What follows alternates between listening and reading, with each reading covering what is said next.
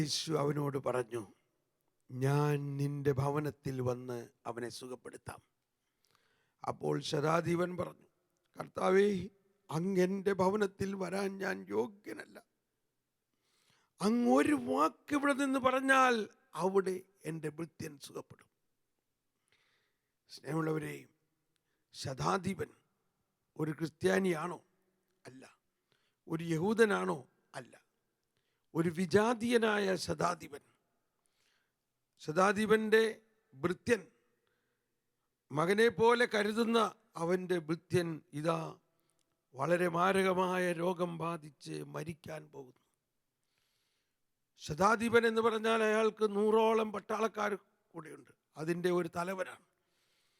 തൻ്റെ ഈ വേലക്കാരന് വേണ്ടി ഒരു ദിവസം മുഴുവനും യാത്ര ചെയ്ത് അയാൾ യേശുവിൻ്റെ അടുത്ത് എത്തിയിരിക്കുകയാണ്. ഈശോ പറയുകയാണ്, ആ കരുണയുടെ ശബ്ദം മത്തായിയുടെ സുവിശേഷത്തിൽ 8-ാം അധ്യായത്തിൽ 7-ാമത്തെ വചനമാണ്. യേശു അവനോട് പറഞ്ഞു, ഞാൻ വന്ന് അവനെ സുഖപ്പെടുത്താം. ഞാൻ വന്ന് അവനെ സുഖപ്പെടുത്താം. യേശു ഒരു വിജാതീയനായ ശതാധിപന്റെ വീട്ടിൽ പോകാൻ തയ്യാറായിരിക്കുന്നു. അത്രയ്ക്ക് ഈശോയുടെ ഹൃദയം നമ്മൾ കാണണം. ഒരു കത്തോലിക്കനല്ല, ഒരു യഹൂദനല്ല. ആ സാഹചര്യത്തെ മനസ്സിലാക്കണം. യഹൂദനായിരിക്കെ ഒരാൾ ഒരു അയഹൂദൻ്റെ ഭവനത്തിൽ പ്രവേശിക്കാൻ പാടില്ല എന്നുള്ള നിയമമുണ്ട്. അതുകൊണ്ടാണ് ശതാധിപൻ പറഞ്ഞത്, അങ്ങ് എൻ്റെ ഭവനത്തിൽ വരാൻ ഞാൻ യോഗ്യനല്ല. ഒരുപക്ഷെ അവിടെ ഇരുന്ന ഫരിസേയരും നിയമജ്ഞരും ഇത് കേട്ടിട്ട്, എന്താ നീ ഈ ശതാധിപൻ്റെ വീട്ടിൽ പോകുമെന്നോ? അത് തെറ്റല്ലേ, അങ്ങനെ ചെയ്യാൻ പാടില്ല. പക്ഷെ ഈശോ പറഞ്ഞു കാണും, ഞാൻ വന്നിരിക്കുന്നത് കരുണയായിട്ടാണ് വന്നിരിക്കുന്നത്. ബലിയല്ല, കരുണയാണ് ഞാൻ ആഗ്രഹിക്കുന്നത് എന്നതിൻ്റെ അർത്ഥം നമ്മൾ മനസ്സിലാക്കുവിൻ. നമുക്ക് കാണാം, ഈ കാലഘട്ടത്തിൽ മദർ തെരേസയുടെ ശുശ്രൂഷയിലൂടെയും നമ്മുടെ എല്ലാ ആശുപത്രികളിലുള്ള എല്ലാ ശുശ്രൂഷകളും, അനേകം രോഗികളും ദരിദ്രർക്കും വേണ്ടിയുള്ള ശുശ്രൂഷകൾ, ഈ ശുശ്രൂഷകളിലെല്ലാം ഈശോ പറഞ്ഞ ഒരു വാക്കാണ്. മദർ തെരേസയുടെ ജീവിതത്തെ തന്നെ ഇതുപോലെ വലിയൊരു വിജയമാക്കിയത് ഈശോ പറഞ്ഞ ഒരു വാക്കാണ്. ഈശോ പറഞ്ഞു, ഞാൻ രോഗിയായിരുന്നപ്പോൾ നീ എന്നെ വന്ന് കണ്ടു. ഈശോ ഇങ്ങനെ പറഞ്ഞില്ല, ഓരോ രോഗികളും എന്നെ പോലെയാണെന്ന് ഈശോ പറഞ്ഞില്ല. മറിച്ച് ഈശോ പറഞ്ഞത്, അതിനേക്കാൾ വലിയൊരു രഹസ്യമാണ്, ഞാനാകുന്നു ആ രോഗി. ഒരു രോഗിയായിരിക്കുന്ന അവസ്ഥയിൽ അവരേത് മതസ്ഥനായാലും അവൻ മറ്റൊരു ക്രിസ്തുവാണ് എന്നാണ് ഈശോ പറഞ്ഞത്. അതാണ് മദർ തെരേസയെ വിജയിപ്പിച്ചത്. കൽക്കട്ടയിലെ തെരുവുകളിൽ കുഷ്ഠരോഗം ബാധിച്ച് കിടന്ന് വ്രണങ്ങൾ, പുഴുക്കൾ വമിക്കുന്ന ശരീരത്തെ, ദുർഗന്ധമുള്ള ശരീരത്തെ യേശുവായിട്ടാണ് മദർ തെരേസയുടെ സിസ്റ്റർമാരെ ഇന്നും കാണുന്നത്. നമ്മുടെ ജീവിതത്തിൽ ഈ യേശുവിൻ്റെ മനോഭാവം നമുക്കുണ്ടാകട്ടെ. നമ്മുടെ ജീവിതത്തിൽ ഈശോയെ കാണാൻ നമ്മുടെ തന്നെ ഭവനത്തിലുള്ള രോഗികളായിട്ടുള്ളവരും നമ്മുടെ അയൽവാസികളിൽ രോഗികളായിട്ടുള്ളവരിലും ഈശോയെ നമുക്ക് കാണാം. ഈശോ തന്നെ ഈ വിജാതീയൻ്റെ ഭൃത്യൻ മരിക്കാറായി കിടക്കുമ്പോൾ ഈശോ പറയുകയാണ്, ഞാൻ വന്ന് അവനെ സുഖപ്പെടുത്താം. അത് ഈശോയുടെ കരുണയുടെ വശം. മറുവശത്ത് അവൻ്റെ വിശ്വാസത്തിൻ്റെ വശം ഇതാണ്, വേണ്ട കർത്താവേ, അങ്ങ് അവിടം വരെ വരണ്ട. Praise the Lord. നമ്മളെല്ലാവരും ആരെയെങ്കിലും അടുത്തൊന്ന് പോയി തൊട്ട് സുഖപ്പെടുത്തുന്ന ശുശ്രൂഷകൾ ആഗ്രഹിക്കുന്നു. എന്നാൽ അതിനേക്കാൾ ശ്രേഷ്ഠമായ ഒരു ശുശ്രൂഷയാണ് ഇവിടെ ശതാധിപൻ പറയുകയാണ്, അങ്ങ് അവിടെ വരണ്ട. ഞാൻ വിശ്വസിക്കുന്നു, നീ ഇവിടെ നിന്ന് ഒരു വാക്ക് പറയുകയാണെങ്കിൽ അവിടെ അവൻ സുഖപ്പെടും. ഏത് വിശ്വാസമാണ് ഇത് വലുത്? നമ്മളൊരാളുടെ അടുത്ത് പോയി അയാളൊന്ന് തൊട്ട് അനുഗ്രഹിക്കും, നല്ല കാര്യം തന്നെ. എന്നാൽ പറയാണില്ല, അങ്ങ് അവിടെ നിന്നൊരു വാക്ക് പറഞ്ഞാൽ ഇവിടെ ഞാൻ സുഖപ്പെടും എന്ന് പറയണത് ഏതാണ് വലുത്? ശതാധിപൻ. ആഗമനകാലത്ത് തിങ്കളാഴ്ച ദിവസത്തെ ആഗമനകാലം ആരംഭിക്കുന്ന തിങ്കളാഴ്ചയിലത്തെ സുവിശേഷ വായന ഇതാണ്. ഞാൻ അതുകൊണ്ട് ഇത് എപ്പോഴും ഓർക്കുകയാണ്. ആഗമനകാലത്ത് എന്തിനാണ് ഇത് വായിക്കുന്നത്? അതാണ് ക്രിസ്തുവിൻ്റെ ആഗമനം. ക്രിസ്തു ആഗമനായി കഴിഞ്ഞിരിക്കുന്നു. ആ ക്രിസ്തുവിൻ്റെ വാക്ക് മനുഷ്യനായി അവതരിച്ചു കഴിഞ്ഞിരിക്കുന്നു. ക്രിസ്തുവാകുന്ന വചനം മനുഷ്യനായി അവതരിച്ചു കഴിഞ്ഞിരിക്കുന്നു. ഇനി ആ വചനം, ആ ക്രിസ്തുവിൻ്റെ വചനത്തിൽ സകല ശക്തിയും അടങ്ങിയിരിക്കുന്നു. അത് ഒരു വിജാതീയനായ ഈ ശതാധിപന് മനസ്സിലായിരിക്കുന്നു. ശതാധിപൻ പറയുകയാണ്, അങ്ങ് ഒരു വാക്കുച്ചരിച്ചാൽ മതി. ഈ ശതാധിപന്റെ ഈ വാക്കുകളാണ് ലത്തീൻ കുർബാനയിൽ വിശുദ്ധ കുർബാന സ്വീകരണത്തിന് മുമ്പ് നമ്മൾ അനുസ്മരിക്കുന്നതും നമ്മൾ ഏറ്റുപറയുന്നതും. കർത്താവേ, അങ്ങയുടെ ഭവനത്തിൽ വരാൻ ഞാൻ യോഗ്യനല്ല, ഒരു വാക്കുച്ചരിച്ചാൽ മതി, എൻ്റെ ആത്മാവ് സുഖപ്പെടും. സൗഖ്യം, നമുക്കെല്ലാവർക്കും സൗഖ്യം ആവശ്യമുണ്ട്. സൗഖ്യം എന്ന് പറഞ്ഞാൽ രോഗത്തിൽ നിന്നുള്ള സൗഖ്യം മാത്രമല്ല, നമ്മുടെ ആത്മാവിന് വേണ്ട സൗഖ്യം, നമ്മുടെ മനസ്സിന് വേണ്ട സൗഖ്യം, നമ്മുടെ ജീവിതത്തിലെ പൂർണ്ണമായ ഒരു സത്ത രൂപാന്തരീകരണം. ഈ സംഭവങ്ങളിലൂടെ എല്ലാം സുവിശേഷം നമ്മളെ പഠിപ്പിക്കുന്നത്, കാനായിലെ കല്യാണത്തിന് വെള്ളം വീഞ്ഞായി. വെള്ളം എന്ന സൃഷ്ടിയെ പുതുവീഞ്ഞാക്കി മാറ്റിയ പോലെ നമ്മൾ ഓരോ മനുഷ്യനെയും, ഏത് ജാതി മതസ്ഥനായാലും നമ്മളെ പുതുവീഞ്ഞാക്കി പുതിയ സൃഷ്ടിയാക്കി മാറ്റും. ഇതാ ശതാധിപനോട് ഈശോ പറയാണ്, പൊയ്ക്കൊള്ളുക, ധൈര്യമായി പൊയ്ക്കൊള്ളുക, നിന്റെ വിശ്വാസം നിന്നെ രക്ഷിച്ചിരിക്കുന്നു. നീ വിശ്വസിച്ചതുപോലെ നിനക്ക് ലഭിക്കും. നീ വിശ്വസിക്കുന്നു, ഞാൻ ഇവിടുന്ന് ഒരു വാക്ക് പറഞ്ഞാൽ അവിടെ നിന്റെ ഭൃത്യൻ സുഖപ്പെടുമെന്ന് നീ വിശ്വസിക്കുന്ന പോലെ നിനക്ക് സംഭവിക്കട്ടെ. സ്നേഹമുള്ളവരെ, നമുക്ക് തന്നിരിക്കുന്ന വിശ്വാസത്തിൻ്റെ കരുത്തിതാണ്. നമുക്ക് തന്നിരിക്കുന്ന വിശ്വാസത്തിൻ്റെ ഉള്ളിതാണ്. നീ വിശ്വസിക്കുന്ന പോലെ നിനക്ക് ലഭിക്കും. വിശ്വസിക്കുക. ഈശോയെ, നീ ദൈവമാണ്, നിനക്ക് അസാധ്യമായ ഒന്നുമില്ല. നിനക്ക് ഇവിടെ നിന്ന് നീ ഒരു വാക്ക് പറഞ്ഞാൽ അതവിടെ സംഭവിക്കും. തളർവാദരാഗിയോട് പറഞ്ഞു, നീ എഴുന്നേറ്റ് നടക്കാന്ന് പറഞ്ഞപ്പോൾ എഴുന്നേറ്റ് നടന്നു കൺമുമ്പിൽ വെച്ച്. എന്നാൽ ഈശോയെ സംബന്ധിച്ച് ഈ അകലവും ഇവിടെ നിന്ന് 100 കിലോമീറ്റർ ദൂരവും തമ്മിൽ വലിയ വ്യത്യാസമില്ല. ഈശോ സർവവ്യാപിയാണ്. ഇതാ ശതാധിപൻ ഇത് വിശ്വസിച്ചുകൊണ്ട് കുതിരപ്പുറത്ത് ചാടിക്കയറി കൈ ഉയർത്തി പ്രഖ്യാപിക്കുന്നു, ഞാൻ വിശ്വസിക്കുന്നു കർത്താവേ, ഞാൻ വിശ്വസിക്കുന്നു കർത്താവേ എന്ന് പറഞ്ഞുകൊണ്ട് അവൻ കുതിര ഓടിക്കുമ്പോൾ ഉണ്ടായത് എന്താണെന്നറിയോ? തൽക്ഷണം അങ്ങ് അകലെ അവൻ്റെ ഭവനത്തിൽ ആ ഭൃത്യൻ സുഖം പ്രാപിക്കുന്നു. ഭൃത്യൻ ശരീരത്തിൽ പൂർണ്ണ വ്യത്യാസമുണ്ടാകുന്നു. മരിക്കാറായി കിടന്ന അവൻ്റെ ശരീരം മുഴുവനും സുഖപ്പെട്ട് അവൻ എഴുന്നേൽക്കുന്നു. അപ്പോൾ ഈ വിവരം അറിയിക്കാൻ അവിടെ നിന്ന് ശതാധിപൻ്റെ മറ്റ് ഭൃത്യന്മാർ ഇങ്ങോട്ട് പുറപ്പെട്ടു. അങ്ങനെ അവർ വഴിമധ്യേ ഒന്നിക്കുന്നു. എപ്പോഴാണ് അവന് സുഖം പ്രാപിച്ചത് എന്ന് ചോദിച്ചപ്പോൾ ഇന്നലെ ഉച്ചയ്ക്ക് 1 മണി നേരമാണ്. അപ്പോൾ ശതാധിപൻ മനസ്സിലാക്കി, കൃത്യം അതേ സമയത്താണല്ലോ ഈശോ എന്നോട് പറഞ്ഞത്, നീ വിശ്വസിക്കുന്നത് പോലെ നിനക്ക് സംഭവിക്കും.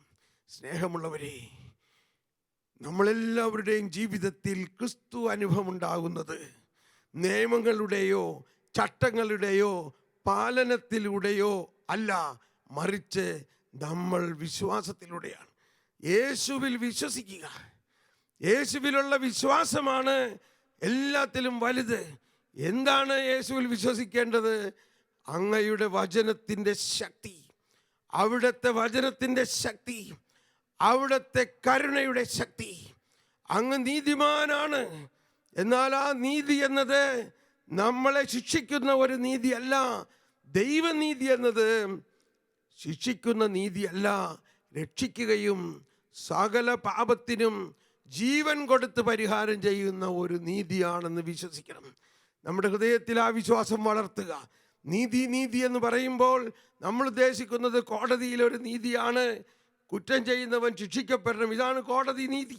എന്നാൽ ദൈവനീതി എന്ന് പറഞ്ഞാൽ കുറ്റം ചെയ്യുന്നവൻ്റെ കുറ്റവും അതിൻ്റെ ശിക്ഷയും പിഴയും ഏറ്റെടുത്ത് അവനെ ജീവൻ നൽകി നീതീകരിക്കുന്നു എന്നതാണ്. സ്നേഹമുള്ളവരെ, ഇതാണ് നമ്മുടെ വിശ്വാസം. ഇതാണ് ആ ശതാധിപൻ വിശ്വസിച്ചത്. ഞാൻ അർഹനല്ല, നീ ഒരു വാക്ക് പറഞ്ഞാൽ മതി. വരുവിൻ, നമുക്ക് ഈ ദിവ്യകാരുണ്യ ആരാധനയിൽ ആ ഈശോയുടെ നീതിമാനായ പിതാവേ, അങ്ങയെ ലോകം അറിയുന്നില്ല, എന്നാൽ ഞാൻ അങ്ങയെ അറിയുന്നു. നീതിമാനായ പിതാവിതായിരുന്നു ഈശോയുടെ പ്രാർത്ഥനയുടെ അവസാനം. യോഹന്നാന്റെ 17-ാം അധ്യായത്തിൽ, നീതിമാനായ പിതാവേ, അങ്ങയെ ലോകം അറിയുന്നില്ല, എന്നാൽ ഞാൻ അങ്ങയെ അറിയുന്നു. എന്താണ് ആ നീതി? അർഹതയില്ലാത്തത് കൊടുക്കുക എന്നതാണ് ആ നീതി. ഇവിടെ ആ ശതാധിപൻ പറയുകയാണ്, ഞാൻ അർഹനല്ല, ഞാനൊരു ക്രിസ്ത്യാനി അല്ല, ഞാനൊരു യഹൂദനല്ല, എൻ്റെ ഭവനത്തിൽ വരാൻ പോലും ഞാൻ അർഹനല്ല. എങ്കിലും അങ്ങ് എന്നെ നീതീകരിക്കും, എനിക്ക് നീതി നടത്തി തരും, എനിക്ക് അർഹതയില്ലാത്തത് അങ്ങ് തരും. ആ വിശ്വാസത്തോടു കൂടി നമുക്ക് ഈ ആരാധനയിൽ പങ്കെടുത്തുകൊണ്ട് നമ്മൾ വ്യക്തിക്ക് വേണ്ടി മാത്രമല്ല, നമ്മുടെ ഭവനത്തിലോ നമ്മുടെ ഭവനത്തിൽ നിന്നും ദൂരെ ആയിരിക്കുന്ന നമ്മുടെ മക്കൾക്ക് വേണ്ടി, നമ്മുടെ ബന്ധുക്കൾക്ക് വേണ്ടി, നമ്മുടെ ജീവിത പങ്കാളിക്ക് വേണ്ടി, നമ്മുടെ സുഹൃത്തുക്കൾക്ക് വേണ്ടി നമുക്ക് പ്രാർത്ഥിക്കാം. കർത്താവേ, അങ്ങയ്ക്ക് മനസ്സുണ്ടെങ്കിൽ ഒരു വാക്ക് പറഞ്ഞാൽ മതി, എൻ്റെ ഭൃത്യൻ സുഖം പ്രാപിക്കും, എൻ്റെ മകൻ സുഖം പ്രാപിക്കും. അങ്ങയുടെ ഒരു വാക്ക്.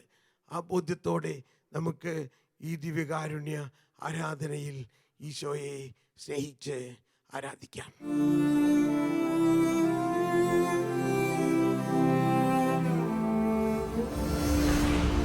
പ്രാർത്ഥന പനിനീർപ്പൂവാകുമ്പോൾ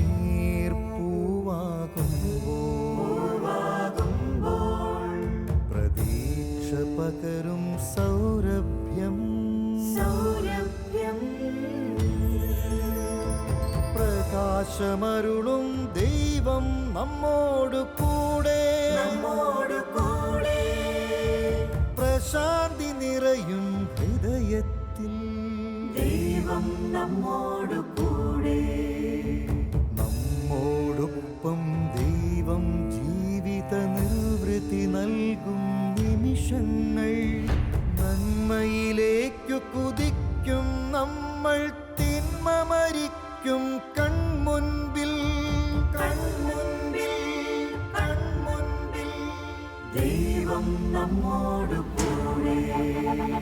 കാലം മാറും, ലോകം മാറും, കാരുണ്യം കൃപ പകരുമ്പോൾ മാധ്യസ്ഥ്യത്തിൻ സമയം ദൈവം മാനസതാരിൽ വാണിടും. ദൈവം നമ്മോട് കൂടെ, ദൈവം നമ്മോട് കൂടെ, ദൈവം നമ്മോട് കൂടെ.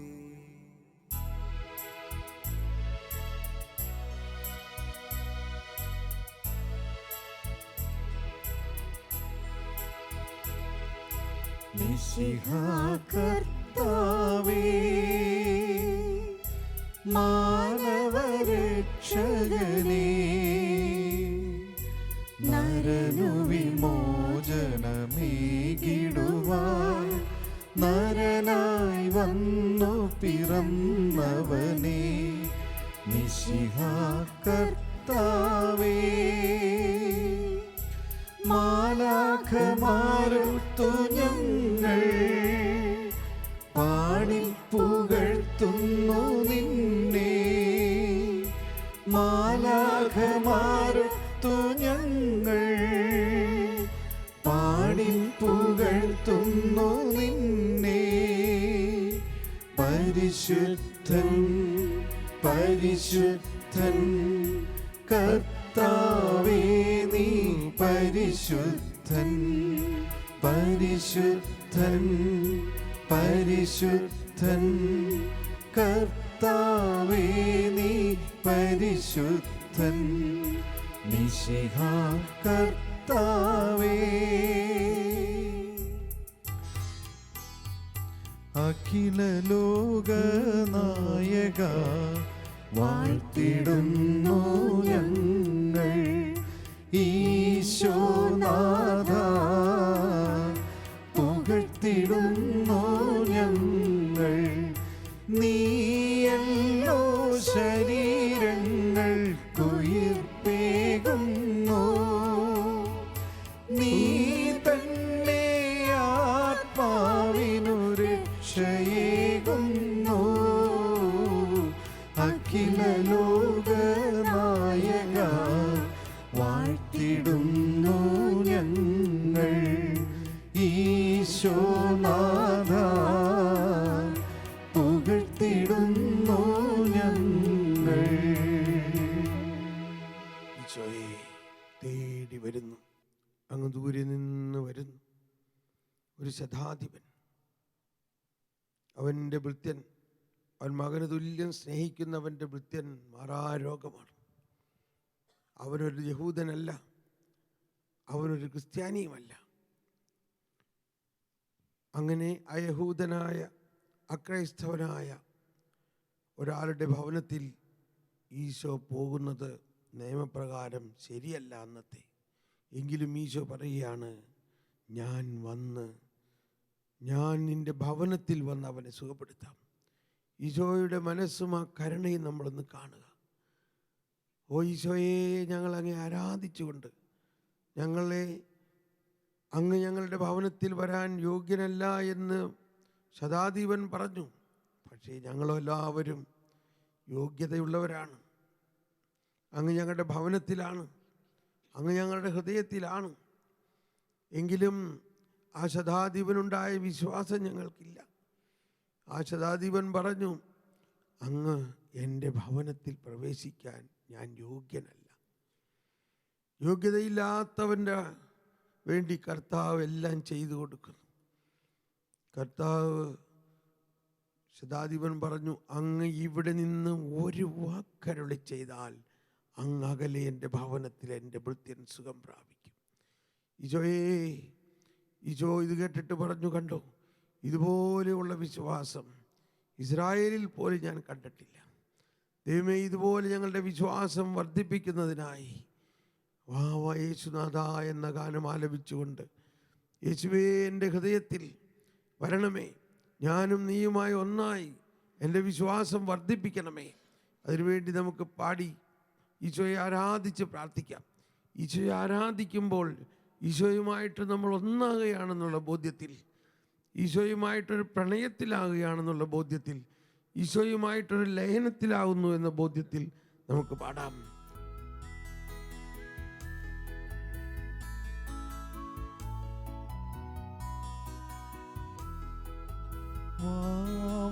യേശുനാഥ വാവ സ്നേഹനാഥ ഹായൻ ഹൃദയം തേടിയിടും സ്നേഹമേ നീ വാവ യേശുനാഥ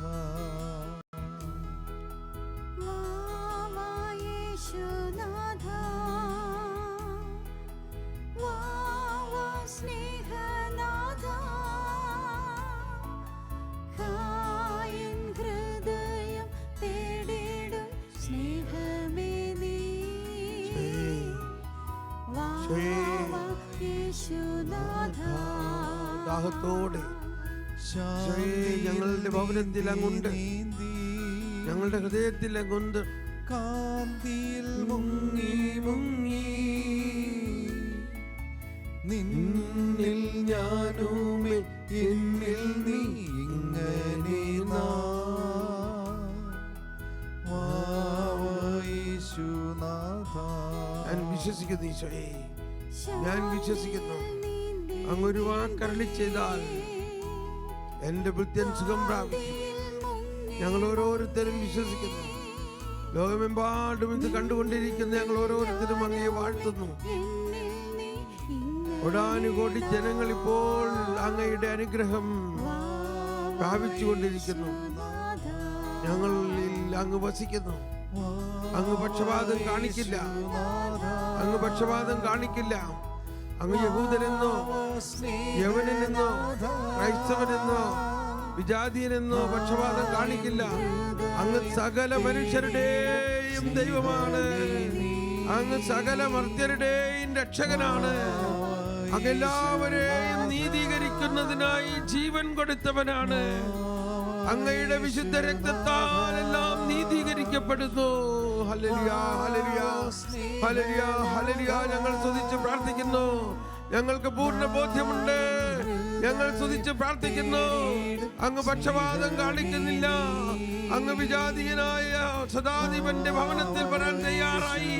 അങ്ങ് ഒരു വാക്ക് പറഞ്ഞപ്പോൾ അവന്റെ മുറ്റം സുഖം പ്രാപിച്ച പോലെ ഇപ്പോൾ ഇത് കണ്ടുകൊണ്ടിരിക്കുന്ന ഞങ്ങളും ഞങ്ങളുടെ പ്രാർത്ഥനയിലൂടെ ആർക്കെല്ലാം വേണ്ടി ഞങ്ങൾ പ്രാർത്ഥിക്കുന്നു, അവരെല്ലാവരുടെയും എല്ലാ കാര്യങ്ങളും അങ്ങ് നടത്തും.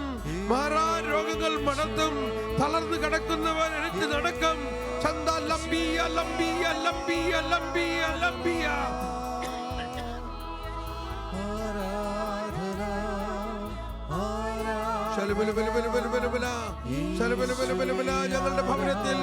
ഞങ്ങളുടെ ഭവനത്തിൽ വരാൻ ഞങ്ങൾ യോഗ്യരല്ലെങ്കിലും അങ്ങ് വരും.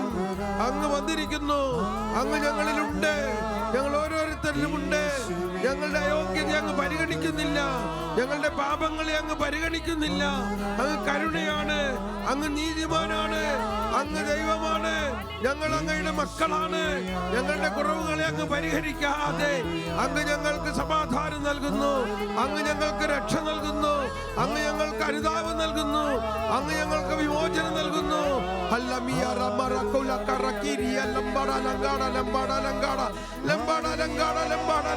ഇപ്പോൾ അത്ഭുത രോഗശാന്തി, അത്ഭുത രോഗശാന്തി ഈ നിമിഷത്തിൽ ഞങ്ങളുടെ വിശ്വാസത്തിലൂടെ അനേകർ സൗഖ്യപ്പെടട്ടെ, അനേകർ സൗഖ്യപ്പെടട്ടെ. ആ ശതാധിപനോട് പറഞ്ഞത് ഞങ്ങൾ വീണ്ടും ഓർക്കുന്നു.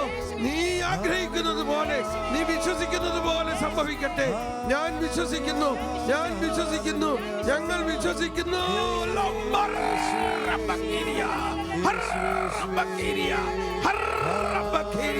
ഇപ്പോൾ അത്ഭുതം നടക്കട്ടെ, അത്ഭുതം നടക്കട്ടെ. കുതിച്ചു ചാടട്ടെ. തളർവാദ രോഗികൾ കുതിച്ചു ചാടട്ടെ. മാനസിക രോഗികൾ സൗഖ്യമാകട്ടെ. മാനസിക രോഗമുള്ളവർ സൗഖ്യമാകട്ടെ. എല്ലാവിധ രോഗങ്ങളെയും സൗഖ്യപ്പെടുത്തുന്ന അങ്ങയുടെ അത്ഭുത ശക്തി, അങ്ങയുടെ അത്ഭുത ശക്തി, ഉയർപ്പിന്റെ ശക്തി, ഉത്ഥാനത്തിന്റെ ശക്തി, യേശുവിനെ മരിച്ചവരിൽ നിന്നും ഉയർപ്പിച്ചവന്റെ ആത്മാവ് നിങ്ങളിൽ വസിക്കുന്നുണ്ടെങ്കിൽ, യേശുവിനെ ഉയർപ്പിച്ചവൻ നിങ്ങളിൽ വസിക്കുന്ന തന്റെ ആത്മാവിലൂടെ നിങ്ങളുടെ മർത്ത ശരീരങ്ങൾക്ക് പുതുജീവൻ നൽകൂ.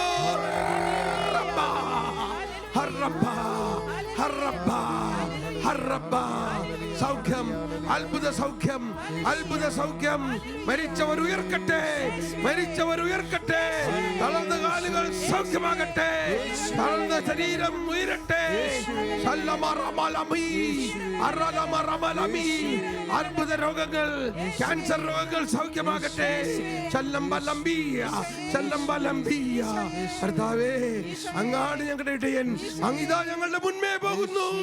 അങ്ങ് ഞങ്ങളുടെ മുൻപേ പോകുന്നു. കർത്താവാണ് നമ്മളുടെ ഇടയൻ.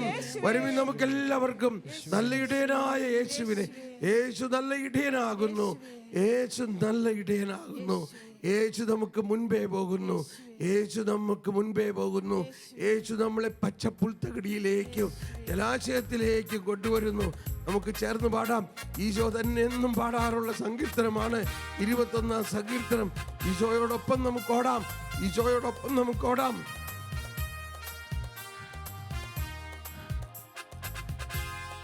കർത്താവാണെന്റെ ഇടയൻ, എനിക്കൊന്നിനും കുറവുണ്ടാവുകയില്ല.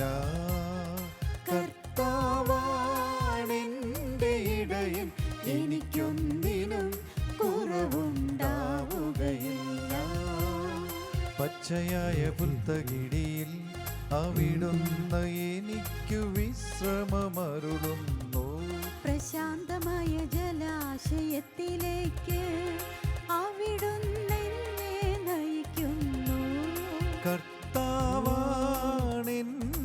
ഇടയൻ, എനിക്കൊന്നിനും കുറവുണ്ടാവുകയില്ല. കർത്താവാണെന്റെ ഇടയൻ, എനിക്കൊന്നിനും കുറവുണ്ടാവുകയില്ല. അവിടുന്ന് എനിക്ക് ഉന്മേഷം നൽകുന്നു. തന്റെ നാമത്തെ പ്രതിനീതിയുടെ പാതയിലെന്നെ നയിക്കുന്നു. ദൈവനീതി, ദൈവനീതി, ദൈവത്തിന്റെ തീരാ കാരുണ്യമാണ് ദൈവനീതി.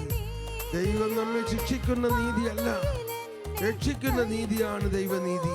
മരണത്തിന്റെ നിഴൽ വീണ താഴ്വരയിലൂടെയാണ് ഞാൻ നടക്കുന്നതെങ്കിലും അവിടുന്ന് കൂടെയുള്ളതിനാൽ ഞാൻ ഭയപ്പെടുകയില്ല. നിഴൽ വീണ താഴ്വരയിലൂടെയാണ്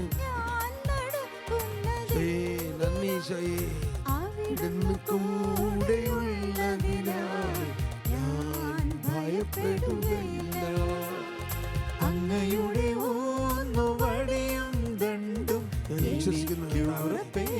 വിശ്വസിക്കുന്നു കർത്താവേ, ഞാൻ വിശ്വസിക്കുന്നു. എന്റെ ഇടയൻ, എനിക്കൊന്നിനും ഒന്നിനും കുറവുണ്ടാകില്ല. ഞാൻ വിശ്വസിക്കുന്നു ഈശോയെ.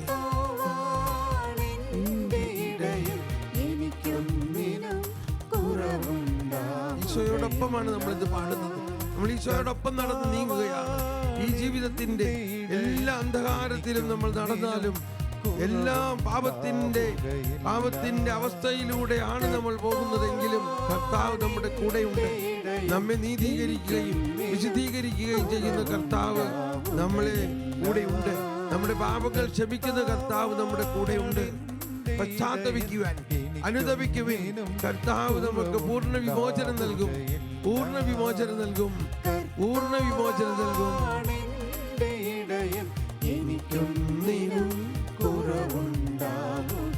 നമുക്കൊരിക്കൽ കൂടി സ്തുതിച്ചുകൊണ്ട് ഈശോയെ നന്ദി, ഈശോയെ നന്ദി, ഹല്ലേലൂയ, ഹല്ലേലൂയ, ഹല്ലേലൂയ. ഈശോയെ ഞങ്ങളൊക്കെ സ്തുതിക്കുന്നു, ഈശോയെ ഞങ്ങളൊക്കെ ആരാധിക്കുന്നു, ഈശോയെ ഞങ്ങളൊക്കെ സ്തുതിക്കുന്നു. അങ്ങയുടെ അത്ഭുത രോഗശാന്തി ഞങ്ങൾ കാണുന്നു, ഞങ്ങൾ വിശ്വസിക്കുന്നു. അങ്ങയുടെ അത്ഭുത രോഗശാന്തിയിൽ ഞങ്ങൾ വിശ്വസിക്കുന്നു. മാറാ രോഗങ്ങൾ മാറ്റുന്ന അങ്ങയുടെ അത്ഭുത ശക്തിയിലൂടെ ഞങ്ങളെ പുതിയ സൃഷ്ടിയാക്കുന്ന അങ്ങയുടെ മഹോന്നതമായ അങ്ങയോട് കൂടെയുണ്ട്. ഞാൻ അങ്ങയോട് കൂടെയുണ്ട്. ഈശോയെ ഞങ്ങളൊക്കെ നന്ദി പറയുന്നു. ഈശോയെ നന്ദി. ഈശോയെ ഞാനുമേ എന്നിൽ നീ ഇങ്ങനെ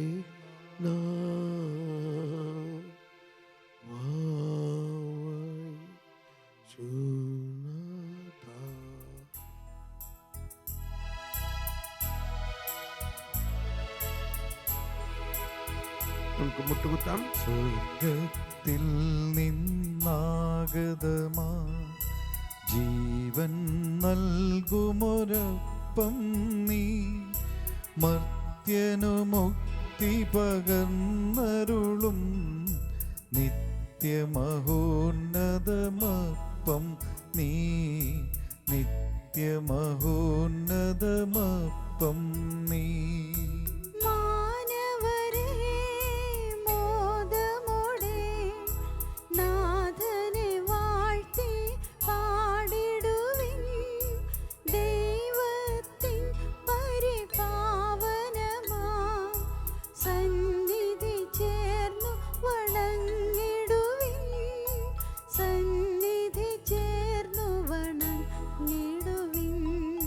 സ്വർഗത്തിൽ നിന്നാഗതമാ ജീവൻ നൽകുമൊരപ്പം നീ, മർത്യനു മുക്തി പകർന്നരുളും നിത്യമഹോന്നതമപ്പം നീ, നിത്യമഹോന്നതമപ്പം നീ. പരിശുദ്ധ ശരീരത്താലും വിലയേറിയ രക്തത്താലും പാപത്തിൻ കറകളിൽ നിന്നും മർത്യനു നീ മോചനമേകി. സകലേശാ ദിവ്യ കടാക്ഷം തൂഗണമേ വത്സലസുതരിൽ, നിർമ്മലരായി ജീവിച്ചിടുവാൻ ചിന്തണമേ ദിവ്യവരങ്ങൾ